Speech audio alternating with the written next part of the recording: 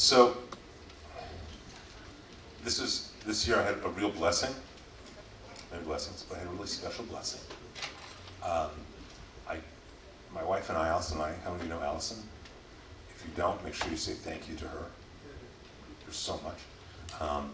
But we had the privilege of taking our children to the Pantages Theater for the first time and seeing Willy Wonka and the Chocolate Factory. How many of you saw that?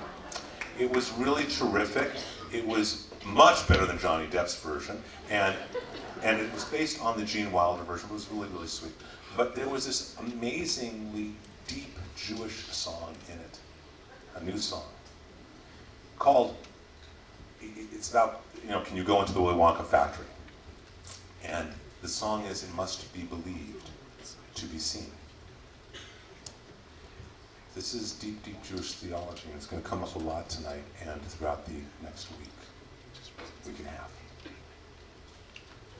Because see, I get a lot of questions all the time. A lot of questions. I get the question, why did she marry you? That generally comes from railroad adjustments. No, I get a lot of question a lot of times. I get the question, Rabbi, I come to temple and I say the prayers, but they really don't mean anything to me. I want them to. Or Rabbi, how can I have more faith? And the simple answer is, pray to God to have more faith. And God will give you more faith. But how do I have more faith? How do I make my prayers, how can I get to a place where I can believe them and they're meaningful and where there's some purpose to them, as opposed to just being words? Yeah, I like the fact they connect me to my culture. I like the fact they connect me to our history. The melodies mean something, right?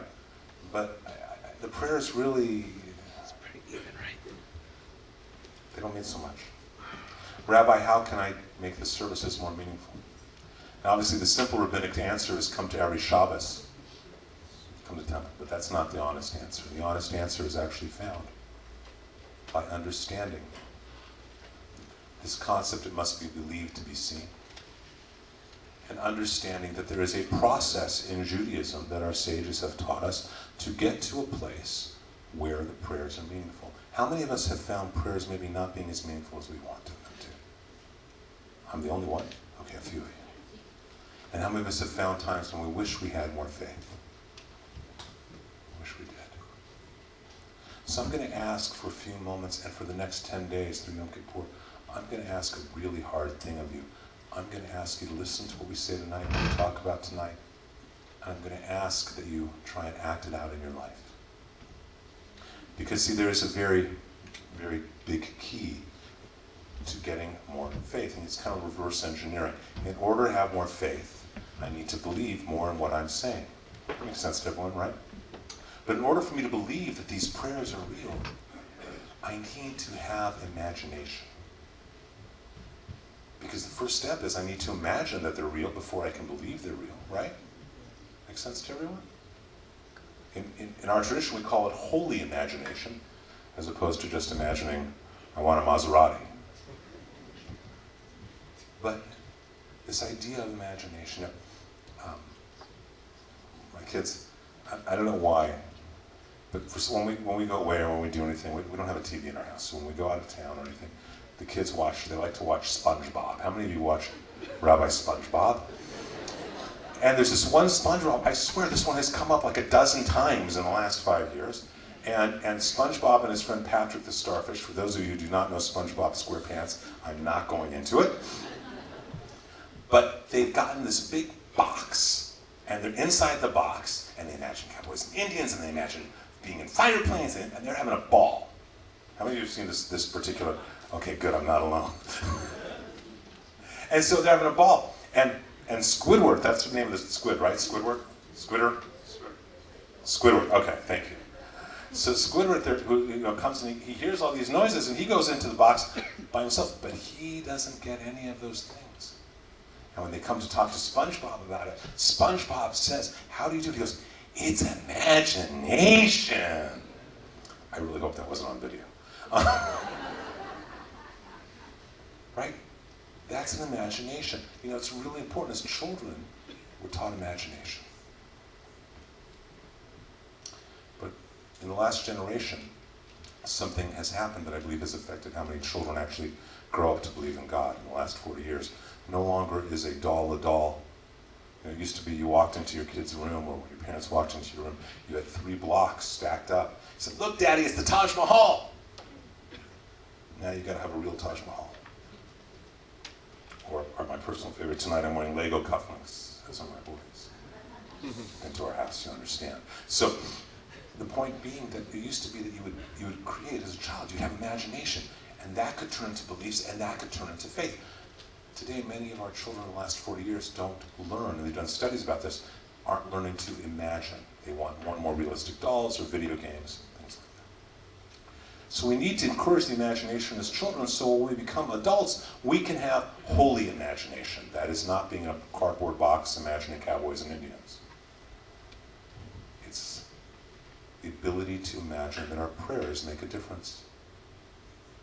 Because there's no physical proof, there's no, right, I can't just see it, so I'm going to believe it.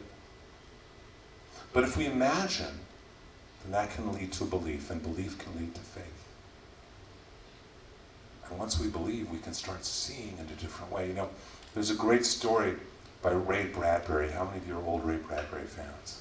Let me phrase that, came out really wrong. How many of you have been fans of Ray Bradbury for a long time? There's a great story, I think it's an S is for space, or R is for rocket, I think S for space. It's called The Man. I don't know how many of you are familiar with it, but it's a beautiful story about imagination leading to belief, leading to faith, or not. There's a captain, and he has a spaceship from Earth, and they land on a planet, and the people in the town don't even come out to see him. So he sends out his lieutenant to go check on this town, and the lieutenant comes back, and he says, "Captain, we just didn't make the news cycle. Because yesterday, a man came and he healed the sick,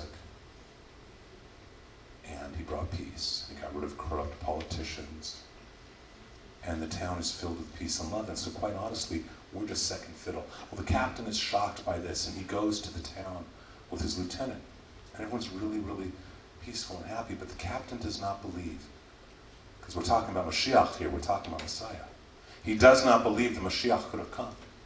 So he says, "Show me that this man actually came. What did he look like?" And one person says he had eyes the color of the sky, and another one says the color of the ocean, another one says the color of sand. He goes, "See, no one can even be honest." He says, "Bring me someone he healed." And so the mayor of the town comes out with his little boy. Looks healthy. He said, "My boy had a withered arm, and the man healed him yesterday, and now his arm is not withered." And the captain says, "I don't believe you. I just don't believe it. Show me a photograph of this boy with a withered arm." And so they bring out a painting. The painting has the boy with a withered arm. He goes, "Paintings can be forged. Show me a photograph." Well, there are no photographs on the planet, so he still doesn't believe. Meanwhile, his lieutenant is getting more and more happy being around people who are happy and at peace. The captain says, "I want to see everyone who's been healed." And he keeps talking to more and more people, and more people tell him about the miracles that the man brought the day before. He says, "Where is this man?" And the mayor calls the town together, and he says, "Do you see him?" He goes, "No, he's not here. Where is he? Where is he?" And he gets so angry because he wants to find the man now. He actually shoots the mayor. Doesn't kill him, but shoots him in the shoulder. He goes, "I'm going to find this man. I'm going to find him." "Lieutenant, come with me." And the lieutenant says, "No, I'm staying here. Because here I have found truth and love and peace. I think we scattered through the stars so we could find this. I found what I want. But I'll walk you back to our starship." And they walk back to the spaceship. And the captain's saying, "I'm going to go find him. They don't tell me they don't know where he went, but I'm going to find him. I'm going to search every planet. If I miss him by a day, I'll find him. If I miss him by half an hour, I'll find him. I'll be on his track, and I'm going to find this man." And the lieutenant says, "What will you ask of him when you find him?" The captain says, "I'll ask him to give me peace. I haven't felt peace in a very long time." He gets in his spaceship and he goes off. And the mayor walks the lieutenant back to the town. He says, "That captain is going to miss him by half a day. He's going to miss the man by a few hours, a few minutes. When he's old, he'll miss him by a few seconds before he dies, because he will never, ever be able to find him. Do you want to go meet him now, Lieutenant?"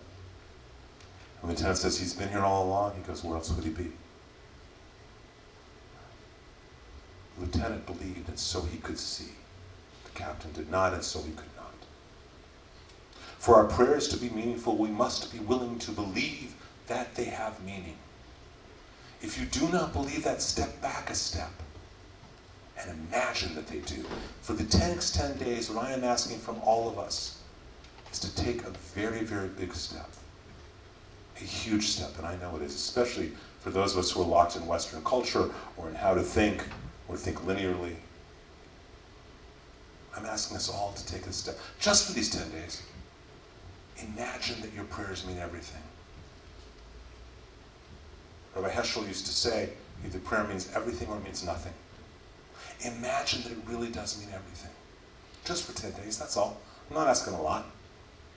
That's 10 out of 300. That's next to nothing, right? Just for these 10 days, when you pray, at least the days you're here, imagine your prayers mean everything. If you imagine that enough times, you will start to believe your prayers. When you believe that your prayers are meaningful, then you will start to see. I promise that. And I don't break my promise, ever. My kids will vouch that. But I can promise that, not only from personal experience, but from also other people that I know. That when you're willing to imagine that your prayers are real, you start to believe them. When you start to believe them, you experience real faith. It's not a game, it's real, and it's joyous, and it's magical and wonderful, and God is so loving. So my prayer for all of us is that we choose to allow our imaginations to lead us to belief, our belief to lead us to faith. And as a result, we all move a little step further to experiencing faith and experiencing real joy, really experiencing who we are in relationship to God, to each other, and to life. Shana Tova, may this year bring all of us sweetness and good health, prosperity and fun and loyalty and fidelity and joy and awakening and imagination and belief and love and peace. Kamar Chatama Tava, may we all be sealed for blessing in the book of life.